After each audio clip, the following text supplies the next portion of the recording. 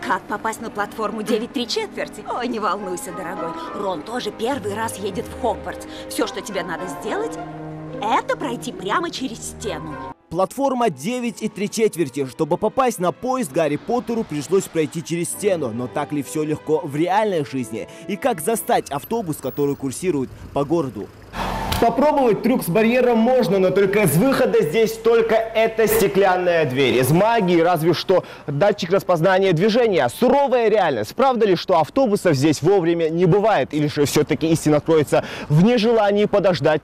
Больше всего поток людей наблюдается именно на центральной остановке. Рядом универ, много студентов. И именно здесь водители ждут, пока наполнятся микроавтобусы. В час пик сосчитать, сколько здесь бывает людей, практически невозможно. 25 на «Газели» или 20 рублей за проезд на автобусе. Привыкшие ездить экономно предпочитают маршрутки-автобусы. Разница в 5 рублей. Но все же сумма ощутимая, тем более, когда пользуешься общественным транспортом каждый день. Так сколько нужно ждать и курсирует ли автобус вовремя? Автобусы шли.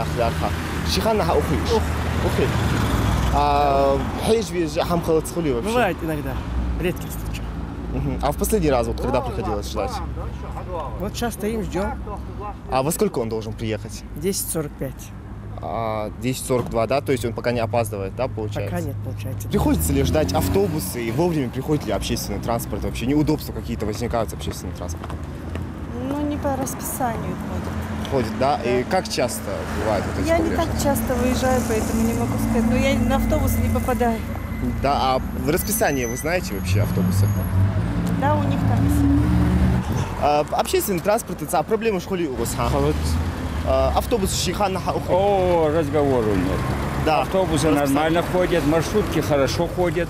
Тем более, как у нас вот этот магазский автобус, хотя автобус по маршруту, мы уже рассчитали, на работу выходим, выйдем на основу точно 3 минуты, 2 минуты разница. Сколько людей, столько и мнений. Впрочем, с ожиданием проблем здесь не возникает. Дело в другом. Приезжать автобус приезжает, только вот мест категорически не хватает. Школьники и студенты собираются на остановках в тандеме с опаздывающими на работу. В попытках попасть на единственный автобус и не опоздать приходится ездить в тесноте, жалуются студенты.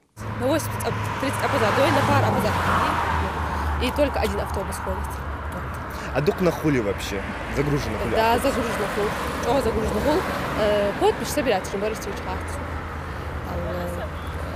Автобус идешь или кто идешь хотя бы. А что в случае школы дачха можете играть, что сидится от солдук узнах будешь? Солдук нах будешь, дачха есть, да. Трохи халпачу, был урлах можете играть. Дачха вот идти, дачха будешь хотеть. Иногда мероприятия, там все такое, бывает, очень долго приходится ждать, потому что по-разному уже мы выходим. Иногда пораньше, иногда попозже.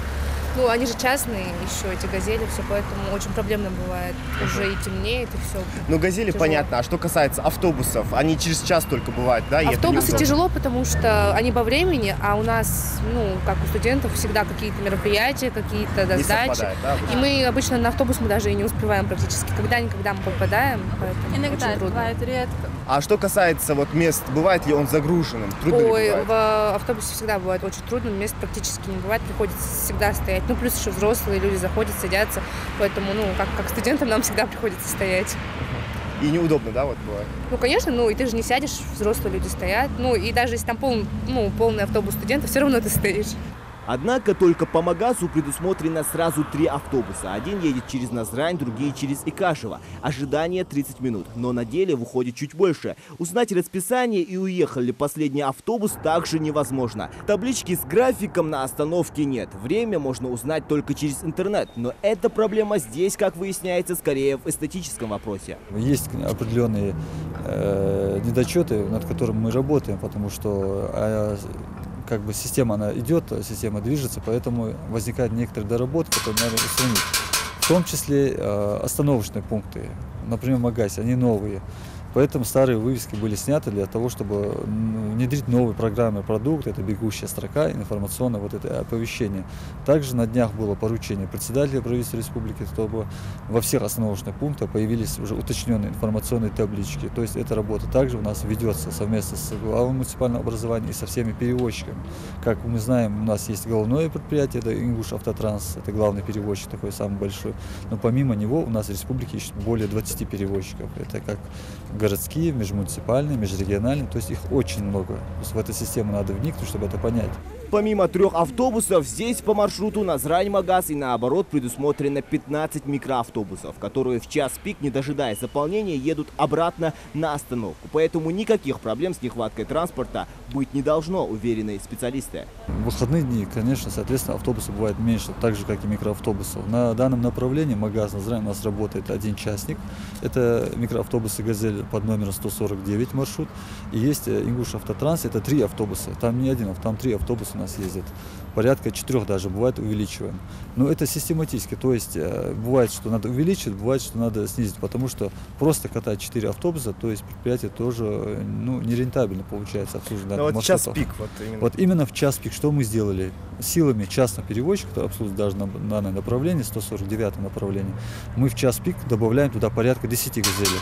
Не раз поступали жалобы из-за отсутствия транспорта на новом автовокзале. Застать здесь маршрутку до Магаза раньше было трудно, но эту проблему в Компромсвязи также решили и выделили 2 микроавтобуса, которые с интервалом 15 минут вне зависимости от наполнения будет постоянно курсировать до столицы и обратно.